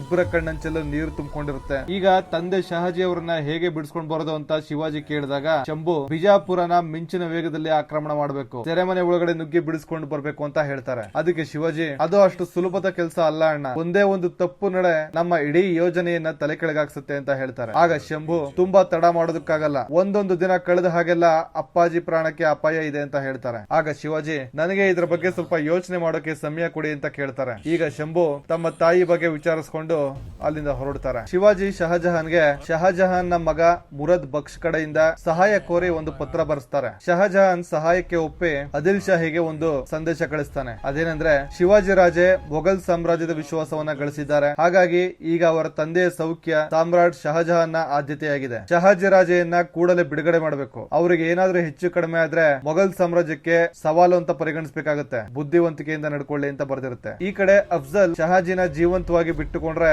ನಮಗೆ ಯಾವತ್ತಿದ್ರೂ ಆಪತ್ತೆ ಅಂತ ಸಾಯಿಸೋಕೆ ಸಿದ್ಧವಾಗಿದ್ದಾನೆ. ಅಷ್ಟರಲ್ಲಿ ಈ ಸಂದೇಶ ಆದಿಲ್ ಶಾ ಆಸ್ಥಾನ ತಲುಪುತ್ತೆ. ಶಿವಾಜಿನ ಮುಂದಿಟ್ಕೊಂಡು ಆದಿಲ್ ಶಾನ ಮಟ್ಟ ಹಾಕ್ಬೇಕು ಅನ್ನೋದು ಶಹಜಹಾನ್ ರಾಜಕೀಯ ಲೆಕ್ಕಾಚಾರ ಆಗಿರುತ್ತೆ. ಈಗ ಶಹಾಜಿನ ದರ್ಬಾರ್ಗೆ ಕರ್ಕೊಂಡು ಬಂದು, ಅಫ್ಜಲ್, ನೀನು ತುಂಬಾ ಅದೃಷ್ಟವಂತ ಶಹಾಜಿ, ನಿನ್ನನ್ನ ಕೊಲ್ಬೇಕು ಅನ್ಕೊಂಡಾಗ ಆದಿಲ್ ಶಾ ನಿನ್ನ ಕಾಪಾಡ್ದ, ಆದಿಲ್ ಶಾ ನಿನ್ನ ಕೊಲ್ಬೇಕು ಅನ್ಕೊಂಡಾಗ ಶಹಜಹಾನ್ ಕಾಪಾಡ್ತಿದ್ದಾನೆ ಅಂತ ಹೇಳ್ತಿರ್ತಾನೆ. ಅಷ್ಟರಲ್ಲಿ ಶಂಭು ರಾಜೆ ದರ್ಬಾರ್ಗೆ ಎಂಟ್ರಿ ಕೊಡ್ತಾರೆ. ಆಗ ಆದಿಲ್ ಶಾ, ನಾವಿನ್ನೂ ನಿಮ್ಮ ಅಪ್ಪ ಶಹಾಜಿನ ಬಿಡುಗಡೆ ಮಾಡಿಲ್ಲ, ಆಗಲೇ ಕರ್ಕೊಂಡು ಹೋಗಕ್ಕೆ ಬಂದಿದೆಯಲ್ಲ ಅಂತಾನೆ. ಅದಕ್ಕೆ ಶಂಭು, ಇವತ್ತು ಇವರ ಬಿಡುಗಡೆ ಅನಿವಾರ್ಯ, ನೀವಾಗಿದ್ದು ನೀವೇ ಬಿಡ್ತಿರೋದಕ್ಕೆ ಖುಷಿ ಪಡಿ, ನಾನು ಬಿಡ್ಸ್ಕೊಂಡಿದ್ರೆ ಚಿತ್ರಣ ಬೇರೆ ಇರ್ತಿತ್ತು ಅಂತಾರೆ. ಆಗ ಆದಿಲ್ ಶಾ ಶಹಾಜಿಗೆ, ನಿನ್ನ ಕೊಬ್ಬನ್ನ ನಿನ್ನ ಮಕ್ಕಳಲ್ಲೂ ಸರಿಯಾಗಿ ತುಂಬಿದೀಯಾ, ಆದ್ರೆ ನಾವು ಕೊಬ್ಬಿದವರನ್ನ ಪಳಗಿಸೋದ್ರಲ್ಲಿ ನಿಪುಣರು ಶಹಾಜಿ ರಾಜ ಭೋಸ್ಲೆ, ನಿಮ್ಮನ್ನ ಬಿಡುಗಡೆ ಮಾಡ್ತಿದೀವಿ, ಆದ್ರೆ 2 ಷರತ್ತಿನ ಮೇಲೆ. ಕೊಂಡಾನ ಕೋಟೆನ ಶಿವಾಜಿಯಿಂದ ನಮಗೆ ಬಿಡಿಸ್ಕೊಡ್ಬೇಕು, ಇನ್ನೊಂದು ಶಂಭು ರಾಜ ಇವತ್ತಿನಿಂದ ನಮಗೆ ಕೆಲಸ ಮಾಡ್ಬೇಕು, ಅಫ್ಜಲ್ ಖಾನ್ ಕೆಳಗಡೆ ಕಾರ್ಯನಿರ್ವಹಿಸ್ತಾ ಅವನ ಆದೇಶವನ್ನ ಪಾಲಿಸಬೇಕು ಅಂತ ಷರತ್ ಹಾಕ್ತಾನೆ. ಈ ಷರತ್ತಿಗೆ ಶಂಭು ರಾಜೆ ಕೂಡ ಒಪ್ಕೋತಾರೆ. ತಕ್ಷಣ ಹೋಗಿ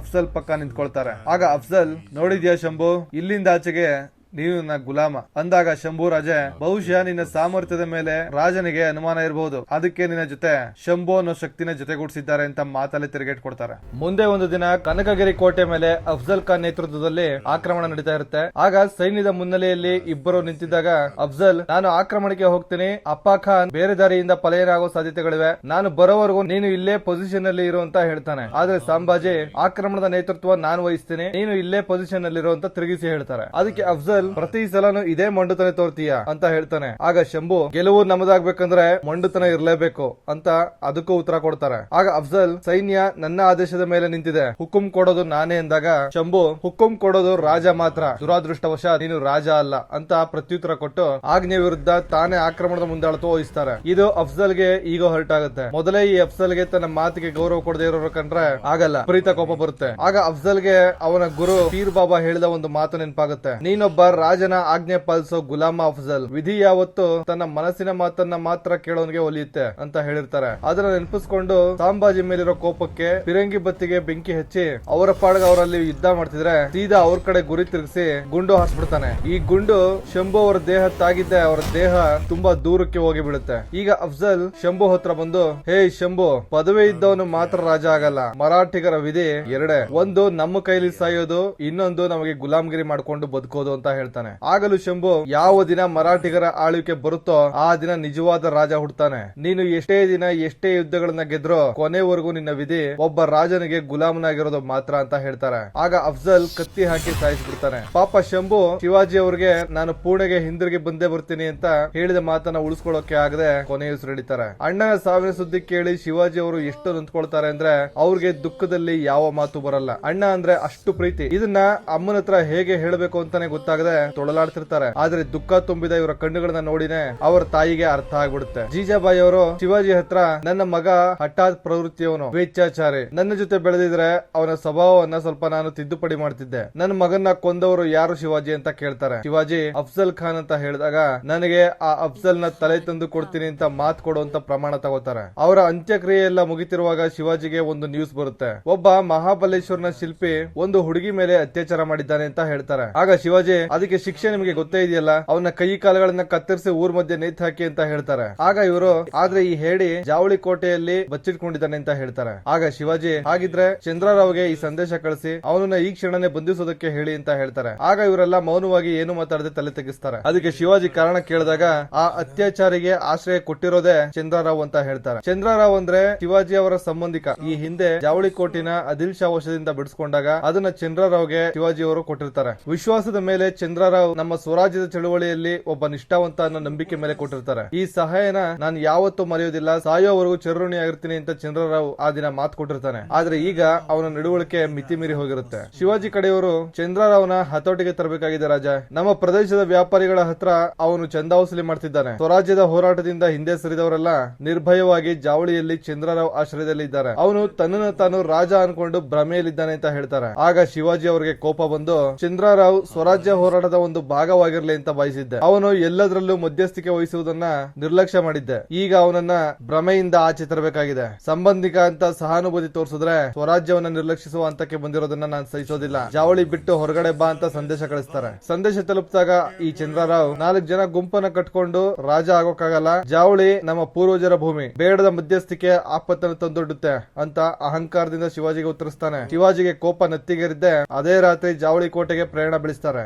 ಈ ಕಡೆ ಚಂದ್ರರಾವ್ ಆ ಶಿಲ್ಪಿ ಜೊತೆ ಸಾರಾಯಿ ಕುಡ್ಕೊಂಡು ಕೂತಿರ್ತಾನೆ. ಆ ಅತ್ಯಾಚಾರಿ ಶಿವಾಜಿ ಜಾವಳಿಗೆ ಬರ್ತಾನೆ ಅಂತ ಸುದ್ದಿ ಬಂದಿರೋದನ್ನ ಕೇಳ್ತಿದ್ರೆ ಭಯ ಆಗ್ತದೆ ಅಂತ ಹೆದರಿಕೊಳ್ತಿರ್ತಾನೆ. ಆಗ ಚಂದ್ರರಾವ್, ಬರ್ಲಿ ಬಿಡು, ಶಿವಾಜಿ ಚಂದ್ರರಾವ್ ಕೈಯಲ್ಲಿ ಜಾವಳಿಯಲ್ಲಿ ಸತ್ತ ಅಂತ ಇತಿಹಾಸ ಸೃಷ್ಟಿಯಾಗತ್ತೆ ಅಂತ ನಿರ್ಲಕ್ಷ್ಯ ಮಾಡ್ತಾನೆ. ಯಾಕಂದ್ರೆ ಅದೊಂದು ದಟ್ಟ ಕಣಿವೆ, ಆ ಕಣಿವೆಗಳನ್ನ ದಾಟಿ ಬರೋದು ಅಷ್ಟು ಸುಲಭ ಆಗಿರ್ಲಿಲ್ಲ. ಆದ್ರೆ ಶಿವಾಜಿ ಧಾವಿಲ್ ಕೋಟೆ ಅನ್ನೋ ಕಣಿವೆನೆ ದಾಟಿ ಮುನ್ನುಗ್ಗಿ ಬರ್ತಿರೋ ವಿಷಯ ಕೇಳಿದಾಗ ಚಂದ್ರರಾವ್ ಅಲರ್ಟ್ ಆಗ್ತಾನೆ. ನೋಡ್ತಿದ್ದಂಗೆ ಶಿವಾಜಿ ಚಂದ್ರರಾವ್ ಕೋಟೆಗೆ ಲಗ್ಗೆ ಇಟ್ಟೇ ಬಿಡ್ತಾರೆ. ಶಿವಾಜಿ ಅವರ ಗುಂಪು ಬಾಗಿಲನ್ನ ಹೊಡೆಯೋಕೆ ಪ್ರಯತ್ನ ಮಾಡ್ತಿರುವಾಗಲೇ ಚಂದ್ರರಾವ್ ಕಡೆಯವರು ಬೆಚ್ಚಿ ಬೀಳ್ತಿದ್ದಾರೆ. ಇವರ ಅಷ್ಟು ಸೈನಿಕರು ಏನೇ ಪ್ರಯತ್ನ ಪಟ್ಟು ಬಾಗಿಲನ್ನ ತಡೆ ಹಿಡಿದ್ರು ಶಿವಾಜಿ ತಂಡ ಬಾಗಿಲನ್ನ ಹೊಡೆದು ಒಳಗಡೆ ಬರ್ತಾರೆ. ಶಿವಾಜಿ ಒಳಗಡೆ ಬಂದಿದ್ದೆ 2 ಬಣಗಳ ನಡುವೆ ಮಾರಾಮಾರಿ ಯುದ್ಧನೇ ನಡೆಯುತ್ತೆ. ಶಿವಾಜಿ ಕತ್ತಿಗೆ ಚಂದ್ರರಾವ್ ಕಡೆಯವರು ತುಂಬಾ ಜನ ಬಲಿಯಾಗ್ತಾರೆ. ಶಿವಾಜಿ ತಂಡ ಅಕ್ಷರಶಃ ಚಂದ್ರರಾವ್ ಆಸ್ಥಾನವನ್ನ ಸ್ಮಶಾನವಾಗಿ ಮಾಡ್ತಾರೆ. ಉಳಿದ ಗುಂಪನ್ನ ರಕ್ಷಾ ಕವಚ ಮಾಡ್ಕೊಂಡು ಶಿವಾಜಿ ಚಂದ್ರರಾವ್ ಹತ್ರ ಬರ್ತಿದ್ರೆ ಮೇಲ್ಗಡೆಯಿಂದ ಸೀಮೆಎಣ್ಣೆ ಸುರಿದು ಬೆಂಕಿ ಹಾಕೋ ಪ್ರಯತ್ನ ಮಾಡ್ತಾರೆ. ಆದ್ರೆ ಒಬ್ಬ ಸೈನಿಕ ಪ್ರಾಣ ಲಿಕ್ಕಿಸದೆ ಬೆಂಕಿನ ಆರಿಸ್ತಾನೆ. ಎಲ್ಲರೂ ತನ್ನ ರಾಜನನ್ನ ಶೀಲ್ಡ್ ತರ ಕವರ್ ಮಾಡ್ಕೋತಾರೆ. ಚಂದ್ರರಾವ್ ಕಡೆಯವರು ಎಷ್ಟೇ ಆಕ್ರಮಣ ಮಾಡ್ತಿದ್ರು ಒಂದೊಂದೇ ಹೆಜ್ಜೆ ಮುಂದೆ ಬರ್ತಿರ್ತಾರೆ. ಆಗ ಒಬ್ಬ ಬಿಟ್ಟ ಬೆಂಕಿ ಬಾಣ ಅವರ ಮೈತಾಗಿ ಬೆಂಕಿ ಮೈಯೆಲ್ಲ ಹತ್ಕೊಳ್ಳುತ್ತೆ. ಶಿವಾಜಿ ಕತೆ ಮುಗೀತು ಅಂತ ಚಂದ್ರರಾವ್ ಖುಷಿ ಪಡ್ತಿರ್ತಾನೆ. ಆದ್ರೆ ಮೇಲ್ಗಡೆ ಇದ್ದ ವಸ್ತ್ರ ಸುಟ್ಟು ಕಳಚಿ ಬೀಳುತ್ತೆ. ಒಳಗಡೆ ಶಿವಾಜಿ ಕಬ್ಬಿಣದ ವಸ್ತ್ರ ಹಾಕಿರ್ತಾರೆ. ಇನ್ನು ಶಿವಾಜಿನ ಮುಟ್ಟೋಕಾಗಲ್ಲ ಅಂತ ಚಂದ್ರರಾವ್ ಸೈನಿಕರು ಶರಣಾಗ್ಬಿಡ್ತಾರೆ. ಚಂದ್ರರಾವ್ ರಕ್ಷಣೆಯಲ್ಲಿದ್ದ ಅತ್ಯಾಚಾರಿ ಕೂಡ ಶಿವಾಜಿ ಕಾಲ ಹತ್ರ ಬಂದು ಕ್ಷಮೆ ಕೇಳ್ತಾನೆ. ಈಗ ಚಂದ್ರರಾವ್, ನೀನು ನನ್ನ ಮುಟ್ಟೋಕು ಮುಂಚೆ ಆದಿಲ್ ಶಾ ಬೆಂಬಲ ನನಗಿರೋದನ್ನ ಮರಿಬೇಡ ಅಂತ ಎಚ್ಚರಿಕೆ ಕೊಡ್ತಾನೆ. ಅದಕ್ಕೆ ಶಿವಾಜಿ, ನಾನು ಹುಟ್ಟಿರೋದು ಆದಿಲ್ ಶಾ ಬಗ್ಗೆ ಯೋಚನೆ ಮಾಡ್ಕೊಂಡು ಕೂರೋಕಲ್ಲ, ಇವತ್ತು ನಿನ್ನ ಪಾಪಗಳಿಂದ ನಿನಗೆ ಹೇಗೆ ವಿಮೋಚನೆ ಕೊಡ್ತೀನಿ ಅಂತ ಆದಿಲ್ ಶಾ ಯಾವತ್ತೂ ಮರೆಯೋದಿಲ್ಲ. ಚಂದ್ರರಾವ್, ಶತ್ರುಗಳಿಗೆ ಆಶ್ರಯ ಕೊಡ್ತಿದೀಯಾ ಅಂದ್ರೆ ನಿನ್ನ ಮೈಯಲ್ಲೇ ಗುಲಾಮ್ಗಿರಿ ಹೋಗ್ಬಿಟ್ಟಿದೆ. ನಿಜಾಂ ಶಾಹಿ, ಆದಿಲ್ ಶಾಹಿ, ಮೊಘಲರ ದಬ್ಬಾಳಿಕೆಗೆ ನಮ್ಮ ತಾಯಿ ನಾಡು ಈಗಾಗಲೇ ನಲಿಗೆ ಹೋಗಿದೆ. ಅವ್ರನ್ನೆಲ್ಲ ಮಟ್ಟ ಹಾಕಿ ನಾನು ಸ್ವರಾಜ್ಯ ಸ್ಥಾಪಿಸಬೇಕು ಅನ್ಕೊಂಡಿದ್ರೆ ನೀನು ಪದವಿ ಸಿಕ್ಕಿದ ತಕ್ಷಣ ಕೊಟ್ಟ ಮಾತನ್ನ ಮರೆತು ನಡೆದಿದೀಯ. ಇಷ್ಟಕ್ಕೂ ನಾನ್ ನಿನ್ನ ಹತ್ರ ಏನ್ ಕೇಳ್ದೆ? ಸ್ವರಾಜ್ಯಕ್ಕೆ ಸಹಕಾರ ತಾನೇ ಕೇಳ್ದೆ. ಸ್ವರಾಜ್ಯಕ್ಕೆ ನಿಷ್ಠೆ ಬೇಕೇ ಹೊರತು ಗುಲಾಮ್ಗಿರಿ ಅಲ್ಲ. ಸ್ವರಾಜ್ಯ ಅಂದ್ರೆ ನಮ್ಮ ನೆಲ, ನಮ್ಮ ಜಲ, ನಮ್ಮ ಸಂಪತ್ತು ಎಲ್ಲವೂ ನಮಗೆ ಸೇರ್ಬೇಕಾಗಿದ್ದು, ನಮ್ಮ ಜನಗಳಿಗೆ ಮಾತ್ರ ಸೇರ್ಬೇಕಾದದ್ದು. ಸ್ವರಾಜ್ಯ ಅಂದ್ರೆ ನಮ್ಮ ನಿಲುವು, ಆಕಾಂಕ್ಷೆ ಎಲ್ಲವನ್ನು ಸಾಕಾರಗೊಳಿಸಿಕೊಳ್ಳುವತ್ತ ಸಾಗೋದು. ನಮ್ಮ ನೆಲ, ಸಂಸ್ಕೃತಿ, ನಂಬಿಕೆಗಳು, ನಮ್ಮ ಜನರ ಆತ್ಮಾಭಿಮಾನ. ಈ ಸ್ವರಾಜ್ಯದ ಹೋರಾಟದಲ್ಲಿ ನನ್ ಜೊತೆ ನಿಲ್ತೀಯ ಅಂತ ನಾನು ಅನ್ಕೊಂಡಿದ್ರೆ ನಮ್ಮ ವಿರೋಧಿಯಾಗಿ ಬದಲಾಗ್ತೀಯ ಅಂತ ನಾನು ಯಾವತ್ತೂ ಎಣಿಸಿರ್ಲಿಲ್ಲ ಚಂದ್ರರಾವ್ ಅಂತ ಹೇಳಿ ಆ ಅತ್ಯಾಚಾರಿ ಕುತ್ತಿಗೆನ ಸೀಳು ಹಾಕ್ತಾರೆ. ಚಂದ್ರರಾವ್ ಮುಖದಲ್ಲಿ ಸಾವಿನ ಭಯ ಮೂಡುತ್ತೆ. ಮಾರನೇ ದಿನನೇ ಈ ವಿಷಯ ಆದಿಲ್ ಶಾಗೆ ಮುಟ್ಟುತ್ತೆ. ಜೊತೆಗೆ ಇನ್ನು ಮುಂದೆ ಜಾವಳಿ ಕೋಟೆಗೆ ಶಿವಾಜಿ ತನ್ನನ್ನೇ ತಾನೇ ರಾಜ ಅಂತ ಘೋಷಿಸಿಕೊಂಡಿರುವ ವಿಷಯ ಕೇಳ್ತಿದ್ದಂಗೆ ಆದಿಲ್ ಶಾ ಪ್ರಾಣ ಹೊರಟು ಹೋಗುತ್ತೆ. ಹೆಂಡತಿ ಖದೀಜಾ ಸುಲ್ತಾನ ಮೊದಲನೇ ಸಲ ಆದ ಹಾಗೆ ಆಗಿರ್ಬೋದು ಅಂತ ಇನ್ನೊಂದು ಸಲ ಕನ್ಫರ್ಮೇಶನ್ ಕೇಳ್ತಾಳೆ. ಮೂಗ್ ಹತ್ರ ಕೈ ಇಟ್ಟು ಉಸಿರಾಟ ನಿಂತಿದೆ ಅಂತ ಗೊತ್ತಾದಾಗ ರಿಲ್ಯಾಕ್ಸ್ ಆಗ್ತಾಳೆ. ತಂದೆ ಪ್ರಾಣ ಹೋಗ್ತಿದ್ದಂಗೆ ಅಲಿ ಆದಿಲ್ ಶಾ ಬಿಜಾಪುರ್ ಸುಲ್ತಾನಾಗಿ ಪಟ್ಟಕ್ಕೇರ್ತಾನೆ. ಈ ಕಡೆ ಶಹಜಹಾನ್ ಮಗ ಔರಂಗಜೀಬ್ ತಂದೆಯನ್ನೇ ಬಂಧಿಸಿ ಮೊಘಲರ ಸಾಮ್ರಾಟ ಆಗಿ ಪಟ್ಟಕ್ಕೇರ್ತಾನೆ. 14 ಮೇ 1457ಕ್ಕೆ ಶಿವಾಜಿ ಅವರ ಹೆಂಡತಿಗೆ ಹೆರಿಗೆಯಾಗುತ್ತೆ. ಹುಟ್ಟಿದ ಗಂಡು ಮಗುವಿಗೆ ಶಿವಾಜಿ ಅವರು ತನ್ನ ಅಣ್ಣನ ಹೆಸರಾದ ಸಂಭಾಜಿ ರಾಜೇ ಭೋಸ್ಲೆ ಹೆಸರನ್ನೇ ಇಡ್ತಾರೆ. ಇನ್ನು ಬಿಜಾಪುರ್ ಆಸ್ಥಾನದಲ್ಲಿ ಹೆಸರಿಗೆ ಮಗ ಅಲಿ ಆದಿಲ್ ಶಾ ರಾಜ ಆಗಿದ್ರು ಆಡಳಿತ ನಡೆಯೋದಿಲ್ಲ ಖದೀಜಾ ಸುಲ್ತಾನ ಮಾತಿನ ಮೇಲೆ. ಒಂದು ಸಲ ಅವರ ಸೈನ್ಯದ ನಾಯಕರನ್ನೆಲ್ಲ ಕರೆದು ಜಾವಳಿ ಕೋಟೆಯನ್ನು ನಮ್ಮ ವಶದಿಂದ ಬಿಡಿಸಿಕೊಂಡು ನಮ್ಮ ವ್ಯಾಪಾರ ವಹಿವಾಟುಗಳ ಮೇಲೆ 3 ವರ್ಷದ ಒಳಗಡೆನೆ ಶಿವಾಜಿ ಹಿಡಿತ ಸಾಧಿಸಿ ಇಡೀ ಕೊಂಕಣದಲ್ಲಿ ಕೇಸರಿ ಧ್ವಜ ಆಸ್ತಿರೋದನ್ನೆಲ್ಲ ನೋಡ್ತಿದ್ರು. ಏನು ಮಾಡೋಕಾಗದೇ ಇರೋ ನಮ್ಮ ಪುರುಷರಿಗೆ ಕತ್ತಿ ಹಿಡಿಯೋ ಯೋಗ್ಯತೆ ಇಲ್ಲ ಅಂತ ಅವ್ರಿಗೆಲ್ಲ ಬಳೆಗಳನ್ನ ತೊಟ್ಕೊಳ್ಳಿ ಅಂತ ಅವಮಾನ ಮಾಡ್ತಾಳೆ. ಅದೇ ಸಮಯಕ್ಕೆ ಅಫ್ಜಲ್ ಖಾನ್ ಬರ್ತಾನೆ. ಆಗ ಅಫ್ಜಲ್ಗೆ ದರ್ಬಾರಲ್ಲಿ ಗರ್ಜಿಸೋದು, ರಾರಾಜಿಸೋದು ಸುಲಭ. ಅಫ್ಜಲ್ ವಾಸ್ತವದಲ್ಲಿ ಗರ್ಜನೆ ಕಾಣಿಸ್ತಿಲ್ಲ ಅಂತಾಳೆ. ಅದಕ್ಕೆ ಅಫ್ಜಲ್, ಮಹಾರಾಣಿ ಇನ್ನು ಮುಂದೆ ಏನ್ ನಡೆಯುತ್ತೆ ಅಂತ ನೋಡ್ತಾ ಇರಿ ಅಂತ ಹೇಳ್ತಾನೆ. ಆಗ ಮೂಸೆ ಖಾನ್ ಕೂಡ ಅದೇ ರೀತಿ ಹೇಳಿ ಹೋಗಿದ್ದ. ಅವನು ಹಿಂದಿರುಗಿ ಬರ್ಲೇ ಇಲ್ಲ, ಬಂದಿದ್ದು ಅವನ ಸಾವಿನ ಸುದ್ದಿ ಮಾತ್ರ ಅಂತ ಹೇಳ್ತಾಳೆ. ಆಗ ಅಫ್ಜಲ್, ನಿಮಗೆ ಶಿವಾಜಿ ಅಂತ್ಯ ಎಷ್ಟು ಘೋರವಾಗಿರ್ಬೇಕು ಅಂತ ಆಜ್ಞೆ ಮಾಡಿ ಸಾಕು. ಅವನನ್ನ ಅವರ ಅಪ್ಪನ ತರ ಸರಪಳಿಲಿ ಬಂಧಿಸಿ ಕರ್ತರಬೇಕು ಅಥವಾ ಅವರ ಅಣ್ಣನ ತರ ಸೀದಾ ಅಲ್ಲಾಹ್ ಹತ್ರ ಕಳಿಸ್ಬೇಕು ಅಂತ ಕೇಳ್ತಾನೆ. ಈ ಕಡೆ ಶಿವಾಜಿಗೆ ಅಫ್ಜಲ್ ತನ್ನನ್ನ ಅಂತ್ಯಗೊಳಿಸಬೇಕು ಅಂತ ಶಪಥ ಮಾಡಿದ ವಿಷಯ ತಲುಪುತ್ತೆ. ಅಫ್ಜಲ್ ಖಾನ್ ಈ ಕೆಲ್ಸಕ್ಕೂ ಮುಂಚೆ ದರ್ಗಾಗೆ ಹೋಗಿ ಅವನ ಗುರುಗಳ ಆಶೀರ್ವಾದ ಪಡಿತಾನೆ. ಆಗ ಆ ಬಾಬಾ ಯಾವ್ದೋ ದೊಡ್ಡ ಸಾಹಸಕ್ಕೆ ಕೈ ಹಾಕೋದ್ರ ತರ ಕಾಣ್ತಿದ್ಯಾ ಅಂತ ಕೇಳಿದಾಗ ನನ್ನ ವಿಧಿನೇ ಬದಲಾಯಿಸಕ್ಕೆ ಹೊರಟಿದ್ದೀನಿ ಅಂತ ಹೇಳ್ತಾನೆ. ಅದಕ್ಕೆ ಬಾಬಾ, ವಿಧಿ ಅಲ್ಲಾ ಕೈಯಲ್ಲಿರುತ್ತೆ. ನೀನು ಇತಿಹಾಸ ಸೃಷ್ಟಿ ಮಾಡ್ತೀಯೋ ಅಥವಾ ಇತಿಹಾಸದ ಒಂದು ಭಾಗ ಆಗ್ತೀಯೋ ಅನ್ನೋದನ್ನ ಅಲ್ಲಾ ನಿರ್ಧರಿಸ್ತಾನೆ ಅಂತ ಹೇಳ್ತಾರೆ. ಆಗ ಅಫ್ಜಲ್, ನಾನು ವಿಜಯಶಾಲಿಯಾಗಿ ಬರ್ತೀನ ಬಾಬಾ ಅಂತ ಕೇಳಿದ್ರೆ ಬಾಬಾ ಏನು ಮಾತಾಡದೆ ಮೌನ ವಹಿಸ್ತಾರೆ. ಅಫ್ಜಲ್ ಹತ್ರ ಬಂದು ಮತ್ತೆ ನಾನು ವಿಜಯಶಾಲಿ ಆಗ್ತೀನ ಬಾಬಾ ಅಂತ ಕೇಳ್ತಾನೆ. ಆಗ ಹೊರಗಡೆ ಅವನ ಪ್ರೀತಿಯ ದೈತ್ಯ ಆನೆ ಇದ್ದಕ್ಕಿದ್ದಂಗೆ ಒದ್ದಾಡ್ತಾ ನರಳಾಡ್ತಾ ನೆಲಕ್ಕೆ ಅಪ್ಪಳಿಸಿ ಸತ್ತು ಹೋಗುತ್ತೆ. ಅದನ್ನ ನೋಡಿದ ಸೈನಿಕರು ಇದು ಅಪಶಕನದ ಸಂಕೇತ ಅಂತ ಹೆದರ್ತಿರ್ತಾರೆ. ಆ ಅಪಶಕನದ ಸ್ವರ ಅಫ್ಜಲ್ ಅರಮನೆಗೆ ಬಂದ ಮೇಲೂ ಅವನ ಕಿವಿಯಲ್ಲಿ ಗುನುಗ್ತಾನೆ ಇರುತ್ತೆ. ಅದೇ ಸಮಯಕ್ಕೆ ಅಫ್ಜಲ್ ಹೆಂಡತಿಯರು ಅವನ ಬಳಿ ಬಂದು, ನೀವು ದಂಡಯಾತ್ರೆಗೆ ಹೊರಟಿದ್ದೀರಾ ಅಂತ ಕೇಳಪಟ್ಟೆ, ಅದಕ್ಕೆ ಬೀಳ್ಕೊಡೋಣ ಅಂತ ಬಂದಿದೀವಿ ಅಂತ ಹೇಳ್ತಾಳೆ. ಆಗ ಅಫ್ಜಲ್, ನಾನು ಈ ಹಿಂದೆ ಹಲವಾರು ದಂಡಯಾತ್ರೆಗಳನ್ನ ಮಾಡಿದ್ದೀನಿ, ಯಾವತ್ತೂ ಈ ರೀತಿ ಆಡಂಬರದ ಬೀಳ್ಕೊಡುಗೆಯನ್ನ ನೀನ್ ಕೊಟ್ಟಿಲ್ಲ, ಇದೇನು ಹೊಸದಾಗಿ ಅಂತ ಕೇಳ್ತಾನೆ.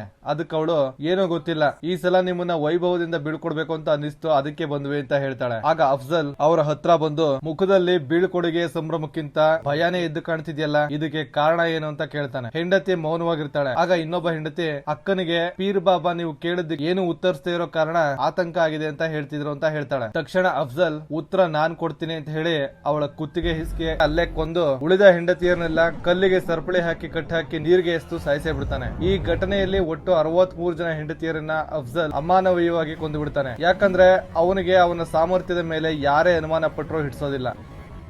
ಈ ಕಡೆ ಶಿವಾಜಿ ಅವರ ಹೆಂಡತಿಯನ್ನ ಭೇಟಿಯಾಗಿರ್ತಾರೆ. ಯಾಕೋ ಅವರ ಪತ್ನಿಗೆ ಆರೋಗ್ಯ ದಿನೇ ದಿನೇ ಹದಗೆಡ್ತಾನೆ ಇರುತ್ತೆ. ಅವರ ಯೋಗಕ್ಷೇಮನ ವಿಚಾರಿಸಿಕೊಳ್ಳೋಕೆ ಬಂದಾಗ ಶಿವಾಜಿ, ನೀನು ನನ್ನಿಂದ ಏನೋ ಮುಚ್ಚಿಡ್ತಿದೀಯಾ, ದಿನೇ ದಿನೇ ನಿನ್ನ ಆರೋಗ್ಯ ಕ್ಷೀಣಿಸ್ತಾನೆ ಬರ್ತಿದೆ, ಏನಾಗ್ತಿದೆ ನಿನಗೆ ಅಂತ ಕೇಳಿದಾಗ ಅವರ ಪತ್ನಿ, ನನಗೆ ನನ್ನ ಆರೋಗ್ಯಕ್ಕಿಂತ ನಿಮ್ಮ ಚಿಂತನೆ ಆಗಿದೆ ರಾಜ, ನೀವು ಇಷ್ಟು ತಲೆ ಕೆಡ್ಸ್ಕೊಂಡಿದ್ದನ್ನ ನಾನು ಯಾವತ್ತೂ ನೋಡಿರ್ಲಿಲ್ಲ, ಎಂತೆಂತ ಬಿರುಗಾಳಿ ಜೊತೆ ನಾವು ಗುದ್ದಾಡಿರೋರು ನೀವು, ನಿಮ್ಮ ಚಿಂತೆಗೆ ಕಾರಣ ಏನು ಅಂತ ಕೇಳ್ತಾರೆ. ಅದಕ್ಕೆ ಶಿವಾಜಿ, ಆದ್ರೆ ಈಗ ಬರ್ತಿರೋದು ಬಿರುಗಾಳಿ ಅಲ್ಲ, ಪ್ರಳಯ, ತುಂಬಾ ಕ್ರೂರ ಭಯಂಕರ, ಯೋಚನೆಗೆ ನಿಲುಕ ಭೂಲೋಕದ ಪ್ರಳಯ ಅಂತ ಹೇಳ್ತಾರೆ. ಈ ಕಡೆ ಅಫ್ಜಲ್ ಆಗಲೇ ದಂಡಯಾತ್ರೆನ ಶುರು ಮಾಡಿ ಬರ್ತಾ ಇದ್ದಾನೆ. ಬರೋ ದಾರಿಲಿ ಅಟ್ಟಹಾಸ ಮೆರಿತಿದ್ದಾನೆ. ದಾರಿಯಲ್ಲಿ ಸಿಗೋ ಹಳ್ಳಿಗಳಿಗೆ ನುಗ್ಗಿ ಮರಾಠಿಗರ ಮೇಲೆ ದೌರ್ಜನ್ಯ ಮಾಡ್ತಾ ಕಂಡವ್ರನ್ನ ಸಾಯಿಸಿ ಮರಕ್ಕೆ ನೇತು ಹಾಕ್ತಿದ್ದಾನೆ. ದೇವಸ್ಥಾನದ ಮೂರ್ತಿಗಳನ್ನ ಧ್ವಂಸ ಮಾಡ್ತಾ ಅರ್ಚಕರನ್ನ ಸುಟ್ಟು ಹಾಕ್ತಿದ್ದಾನೆ. ಮತ್ತೆ ಪ್ರತಿ ಊರಿಗೂ ಶಿವಾಜಿ ರಾಜಗೆ ಯಾರೆಲ್ಲ ಬೆಂಬಲ ಕೊಡ್ತಿರೋ ಅವರು ನಿಮ್ಮ ಮನೆ ಭೂಮಿಯನ್ನ ಕಳ್ಕೊಳ್ತೀರಾ, ದಂಗೆಕೋರರಿಗೆ ಯಾವುದೇ ಕಾರಣ ತೋರಿಸೋದಿಲ್ಲ ಅಂತ ಎಚ್ಚರಿಕೆಯನ್ನ ಕಳಿಸಿರ್ತಾನೆ. ಈಗ ಯಾವ ದಿಕ್ಕಿನಿಂದ ನೋಡಿದ್ರು ಶಿವಾಜಿ ಬಾಣದ ಶಕ್ತಿ ದಿನೇ ದಿನೇ ಕುಂದುತ್ತಾನೆ ಇದೆ. ಒಂದು ಕಡೆ ಹೆಂಡತಿ ಅನಾರೋಗ್ಯದ ಚಿಂತೆ,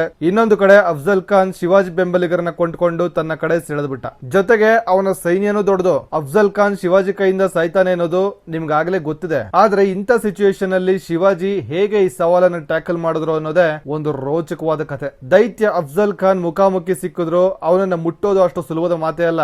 ಆದ್ರೂ ಇದೆಲ್ಲ ಸಾಧ್ಯ ಆಗಿದ್ದು ಹೇಗೆ, ಶಿವಾಜಿ ಕುತ್ತಿಗೆಗೆ ಬಂದಂತ ಸ್ಥಿತಿಯಲ್ಲೂ ಇತಿಹಾಸವನ್ನ ರಚಿಸಿದ್ದು ಹೇಗೆ, ಎಲ್ಲವನ್ನ ಎರಡನೇ ವಿಡಿಯೋದಲ್ಲಿ ನೋಡೋಣ. ಸೆಕೆಂಡ್ ಹಾಫ್ ವಿಡಿಯೋಗಾಗಿ ಸ್ಕ್ರೀನ್ ಮೇಲೆ ಕಾಣ್ತಿರೋ ತಮ್ನೇಲ್ ಮೇಲೆ ಕ್ಲಿಕ್ ಮಾಡಿ. ಅಕಸ್ಮಾತ್ ಇಲ್ಲಿ ತಮ್ನೇಲ್ ಕ್ಲಿಕ್ ಮಾಡೋದು ಮಿಸ್ ಆದ್ರೆ ಎರಡು ವಿಡಿಯೋನ ಪ್ಲೇ ಲಿಸ್ಟ್ ಗೆ ಹಾಕಿರ್ತೀನಿ, ಹೋಗಿ ನೋಡಿ.